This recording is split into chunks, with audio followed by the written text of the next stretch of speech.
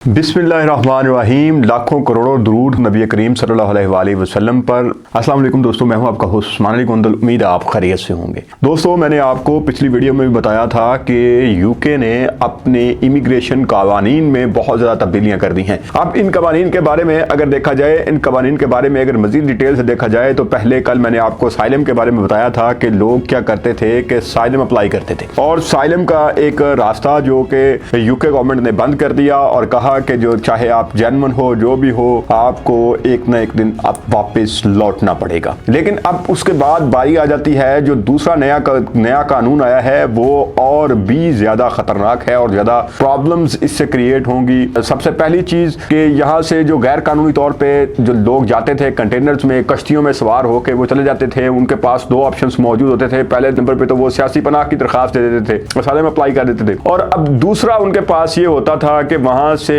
कोई जो nationality holder है, जो बरतानवी शहरियत रखने वाली कोई भी खातून है, उसके साथ शादी कर लेते थे। अब ये टोटली शादी एक बिजनेस डील होती थी। इसमें दो तरह की अब आ जाती थी। कुछ लोग ये करते थे बाकायदा तौर पे, जो पाकिस्तानी वहां पे मौजूद थे, उन्होंने जो बरतानवी शहरी थी, जो खवातीन थी, उनके साथ मिलके एक मतलब के बिजनेस का भी एक मॉडल बनाया हुआ था कि हमने आपको पाकिस्तानी शहरी देने हैं जो कि गैर कानूनी तौर पर यहाँ पे आएंगे, आपने उनके साथ शादी कर लेनी है, शादी करके आप लोगों ने लहदा रहना है या इकट्ठे रहना है। इस तरह रह रू के कुछ पैसे दिए जाएंगे, वो पैसे दे के जब तक उसको पेपर नहीं मिलते, जब तक उसको ILR नहीं मिलती, आपने उसके साथ रहना है। वो शादी एक कॉन्ट्रैक्ट थी, वो कॉन्ट्रैक्ट मैरिज होती थी। जैसे ही उसके पेपर क्लियर होते थे वो उससे जान छुड़वा लेता था। वो वहां पे बहुत सारे लोग यहाँ पे ब्लैकमेल भी होते थे, वो बाद में भी ब्लैकमेल करती थी, और यहाँ पे जो घरेलू तशद्दुद था उसके बहुत सारे वाकयात आते थे। इसी तरह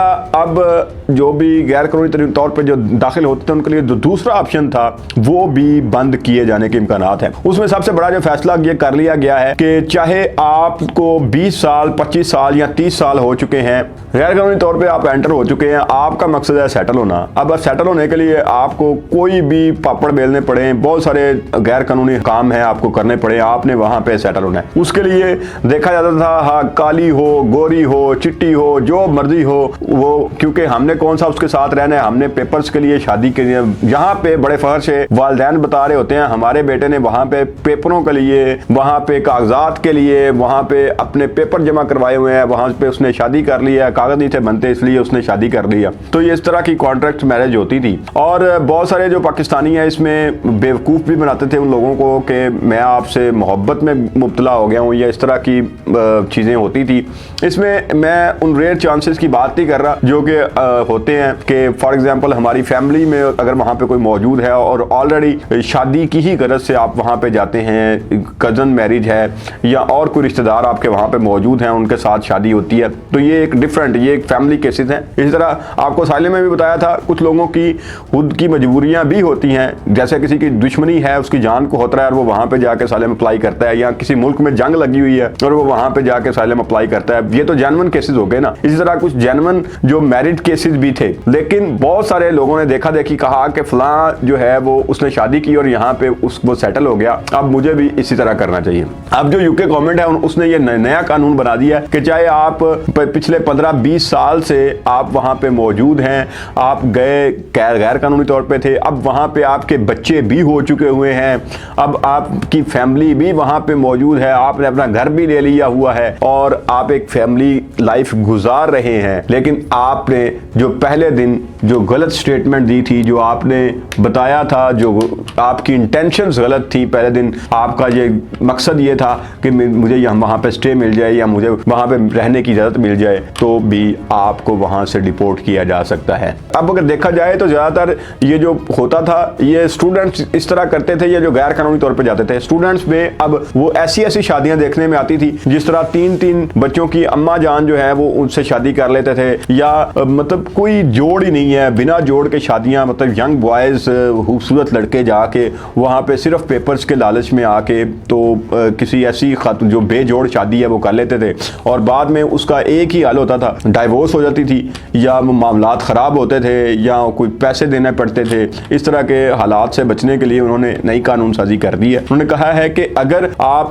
नेक्स्ट तो भूल ही जाए ना कि आप वहाँ पे जाके शादी करते हैं और इस तरह का मतलब सिर्फ सिर्फ इसलिए कि आपको पेपर मिल जाएंगे क्योंकि यूके के अंदर अब मुझे लगता है, मैंने जो उनकी जो नया लॉ है, मैं अगर उसको मैंने स्टडी किया है तो उसके मुताबिक मुझे ऐसे लगता है जैसे वहां पे उनका कोई हेल्पर या उसको बनाने वाला कोई पाकिस्तानी है। जितने भी पाकिस्तानी जो चालाकियां करते हैं वो सारी चालाकियों का रास्ता बंद किया गया है। जो गैर कानूनी तौर पर जाते थे और जाके असाइलम अप्लाई करते थे उनका रास्ता बंद किया गया। अब ये दूसरा आ गया कि आप अगर फैमिली वीजे की तरफ चले जाते थे, आप वहां पे शादी कर लेते थे, तो उसका भी रास्ता रोकने की कोशिश पूरी तरह से की गई है कि अब ये रास्ता तकरीबन बंद ही समझे कि आप वहां पे जाके शादी कर लेंगे। और पीछे आपकी इंटेंशन गलत है, पीछे आप गैर कानूनी तौर पे अगर वहां पे एंटर हुए हैं तो आप किसी तरीके से अगर आप शादी कर भी लेंगे तब भी आपको परमानेंट रेजिडेंस नहीं मिलेगी। पहले ILR मिल जाता था और आप वहाँ पे इंजॉय करते थे, अब ऐसा कुछ नहीं होगा। आप जानते हैं कि यूके के जो लॉज हैं वो इंसानी हमदर्दी पे बनते थे और इसमें ये अभी भी ये जो लॉज हैं ये आप अगर देखें, हम पाकिस्तानी एज ए पाकिस्तानी इसको देखें, अभी के जो हालात सामने आए हैं उसमें क्या देखने को आया कि स्टूडेंट वीज़े पे जाते हैं, वहाँ पे जाके जो 12-12, 13-13 साल की, 14-14 साल की छोटी बच्चियाँ हैं उनके साथ जाके बात करने की कोशिश करते हैं या इस तरह की हरकतें करते हैं। इस तरह जो डोमेस्टिक वायलेंस था कि किसी खातून के साथ बरतानी शोहरियत जो रखती थी उसके साथ शादी कर ली, बाद में अगर आपको PR मिल भी गई और पासपोर्ट मिल भी गया और उसके बाद उसके ऊपर तशद्दुद किया, जो घर पे तशद्दुद किया जाता था, उसकी वजह से क्या हुआ कि उनकी अब मजबूरी थी क्योंकि आपके पास पासपोर्ट है, ब्रिटिश पासपोर्ट है आपके पास, आप ब्रिटिश नेशनल बन चुके हुए हैं, अब वो आपको डिपोर्ट नहीं करते थे। लेकिन अब उन्होंने ये रास्ता भी बंद कर दिया। उन्होंने कहा है कि चाहे आप कितने साल बाद ही, चाहे आपको PR भी मिल गई हुई है, ILR मिल गई हुई है, लेकिन आप किसी भी जुर्म के मुर्तकिब पाए जाते हैं तो आपको फौरी तौर पे सजा मिलेगी, जो सजा आपने वहां पे भी काटनी है और उसके फौरन बाद जो सजा के तौर पे आपको डिपोर्ट भी कर दिया जाएगा। तो ये जो मैंने पॉलिसी बताई है ना, ये सारी मुझे लगता है कि ये किसी पाकिस्तानी ने ही बैठ के डिज़ाइन किया और सारी इतनी चालाकियाँ करती है, सारे रास्ते अब बंद कर दिए गए हैं और ये जो पाकिस्तान की बदनामी का बायस बनते थे वहाँ पे जाके ये अब मज़ीद ये नहीं बनने चाहिए, मेरे ख्याल में तो नहीं बनने चाहिए। आपको क्या लगता है कि क्या ये जो कवानीन तब्दील कर रहे हैं क्या ऐसा होना चाहिए या नहीं होना चाहिए? आपकी इस बारे में क्या राय है कमेंट सेक्शन में ज़रूर बताइएगा। इंशाल्लाह नेक्स्ट वीडियो के साथ, नेक्स्ट डिटेल के साथ फिर मुलाकात होगी। अपना ढेर सारा ख्याल रखिएगा, अपने से भी ज़्यादा अपने पेरेंट्स का ख्याल रखिएगा। अल्लाह निगहबान।